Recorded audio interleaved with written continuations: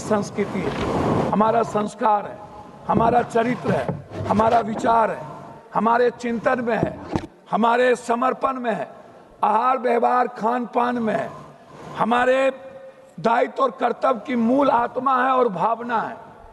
अब ये 150 साल के बाद इस तरह की बात इस सदन में कर रहे हैं, जहां समय काल पात्र टाइम पर्सन प्लेस वे दुनिया पूरी वर्ल्ड इकोनॉमी की बात कर रहा है, पानी की बात कर रहा है, हवा की बात कर रहा है, पूरी दुनिया आर्थिक आज़ादी की बात कर रहा है, हर व्यक्ति की खुशियां की बात कर रहा है। ये हमें संस्कार पढ़ा रहे हैं, कोई संस्कार नहीं है। ये वो लोग हैं मैडम, वंदे मातरम सिर्फ एक चीज नहीं है, वह निभाने की चीज होती है।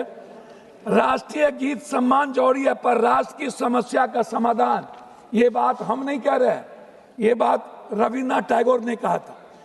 साहस बलिदान और राष्ट्रभक्ति का प्रतीक, राष्ट्रवाद से ज्यादा मानवतावाद, नव मानवतावाद, नैतिकतावाद, मूल्यवाद एवं रोटीवाद का महत्वपूर्ण परिभाषा है। देशभक्ति भूखे से और भूखे पेट नहीं चलती है, इसीलिए उन्होंने कहा था कि वंदे मातरम सिर्फ गीत नहीं, मूल्यों का प्रतीक है। उन्होंने साफ शब्दों में एक बात कही थी कि कुछ लोग कभी आएंगे, शेर का खाल पहनेंगे और उसके शक्ल में शेर बन करके भारत की मूल आत्मा पर, मैडम बोलने तो दीजिए, की बात करेंगे। मैडम मैं कुछ चीज नहीं कहना चाहता, और की बात कहे तो थोड़ा सा समय दीजिए। संविधान को जलाया किसने था? संविधान, देश के संविधान ने भारत लोकतंत्र बनाया, जलाकर आप किसे संस्कार का परिचय दिए? मैं आपसे जानना चाहता हूं 53 साल आपने राष्ट्रीय झंडा क्यों नहीं लगाया? मैं आपसे जानना चाहता हूं कि आपके संस्था में, संगठन में और आपके संघ में कभी वंदे मातरम की संगीत और गीत क्यों नहीं हुई? कभी उसका सम्मान क्यों नहीं हुआ? मैं लाखों, दूसरी बात मैं आपसे एक बात कहना चाहूंगा, जब पूरा दुनिया, आप जो आज यहाँ अपनी कमियों को ढकने के लिए, मैडम 2-3 कमियों को ढकने के लिए, आप छुपाने के लिए, जो ये 150 साल के बाद जो पूरी दुनिया जिसका सम्मान करती है, पूरा राष्ट्र जिस सच्चाई के रास्ते चलता है, आप जिनको, आप एक बात बताइए, आजादी के वक्त आप कहां थे? नेहरू जी 10 साल जेल में रहे, मिट्टी पर रहे। आप आजादी के बाद कहां थे? सुभाष चंद्र बोस हेडगवार के पास गए, हेडगवार ने उन्हें 2 मिनट, हेडगवार जी ने उन्हें लौटा दिया, फिर वो सावरकर के पास गए, फिर उन्होंने लौटा दिया। हमेशा हमेशा ये संघ और इनके नेता, हमेशा इन्होंने अंग्रेजों का सपोर्ट किया, हमेशा ब्रिटिश हुकूमत के साथ रहे इन्होंने। मैं आपसे पूछना चाहता हूं, कौन सी सोच तिरंगे नारे और राष्ट्रगान से भरा बन गई आपके लिए? मैं आपसे ढोंग के बारे में नहीं पूछूंगा, लेकिन इतना पूछूंगा कि जो जिद, अहंकार और वफादारी आप जिसके लिए कर रहे थे, वो आप बता दीजिए मैडम। माफिया लगातार उनके कार्रवाई से डर रहे हैं। अच्छा, एक भी शब्द बिहार का मुख्यमंत्री का आया? एक भी शब्द बिहार के मुख्यमंत्री ने बोला? क्यों बोलेंगे? वह तो सम्राट चौधरी के कंधे पर रख करके बंदूक तान रहे हैं कि हमारा बेटा चूंकि इसमें है।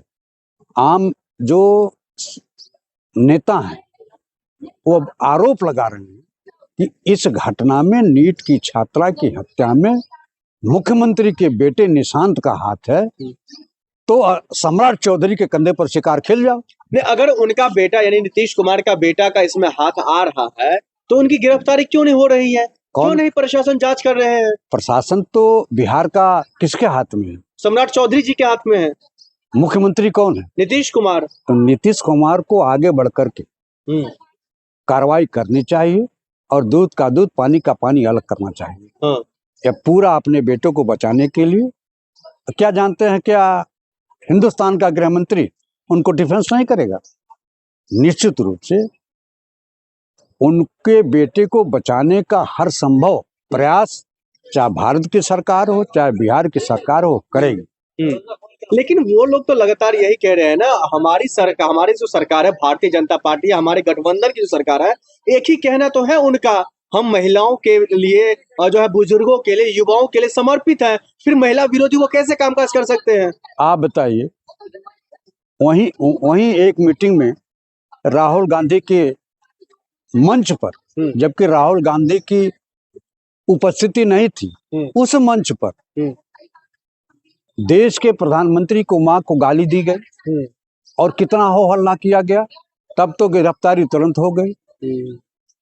और बिहार के मुख्यमंत्री की बेटी का सवाल है, उनको बचाने का सवाल है, तो गिरफ्तारी क्यों नहीं? यह जानबूझ करके यह लीपापोती की जा रही है। यह लीपापोती करके बिहार के मुख्यमंत्री के बेटे को बचाने का प्रयास किया जा रहा है। तो आखिरकार आप जो कह रहे हैं उनके बेटे को बचाने के प्रयास किया जा रहा है, यदि उनके खिलाफ कोई भी है तो उसको जेल में भी डाला जा रहा है। अभी देख रहे हैं अमिताभ दास को जेल में डाल दिया, पप्पू यादव को भी पीछे नहीं छोड़ा उन्होंने। वह तो जो विरोध कर रहे हैं नीट छात्रा के अपराधियों का, जिनका नाम शामिल है उसमें, उस बात पर पप्पू यादव को गिरफ्तारी की गई, आईपीएस अधिकारी की गिरफ्तारी की गई। नीट छात्रा के हत्यारे को तो नहीं गिरफ्तारी किया। आपको बिहार पुलिस पर या उनके बिहार सरकार पर भरोसा नहीं है? कोई भरोसा नहीं। अरे भरोसा कीजिए, क्योंकि वो तो महिलाओं को सशक्त करने के लिए रुपया तक देने के लिए तैयार है और दे रहे हैं। चुनाव के दौरान दिया, अब नहीं दे रहे हैं। वोट ले लिया, सब कुछ खत्म, अब कुछ नहीं। तो क्या लग रहा है बिहार में ऐसे ही बेटियां ऐसे ही मतलब जो है न्याय के लिए तड़पेगी? निश्चित रूप से वहाँ की महिलाएं, वहाँ का नौजवान, वहाँ का किसान, हर वर्ग में इस सरकार के खिलाफ असंतोष है। महिलाएं अब बोलना शुरू कर दिया कि हमने गलती कर दिया, कि 10,000 रुपये हमने अपना वोट बेच दिया।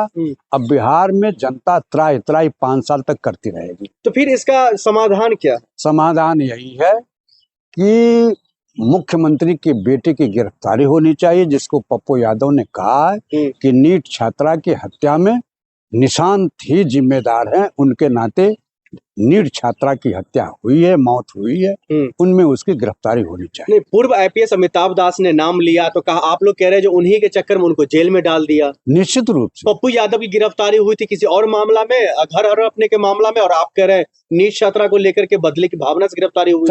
किसी चुने हुए प्रतिनिधि को 2 बजे रात को बिना वर्दी की आप गिरफ्तारी करने जाते हो तो शंका तो होगा।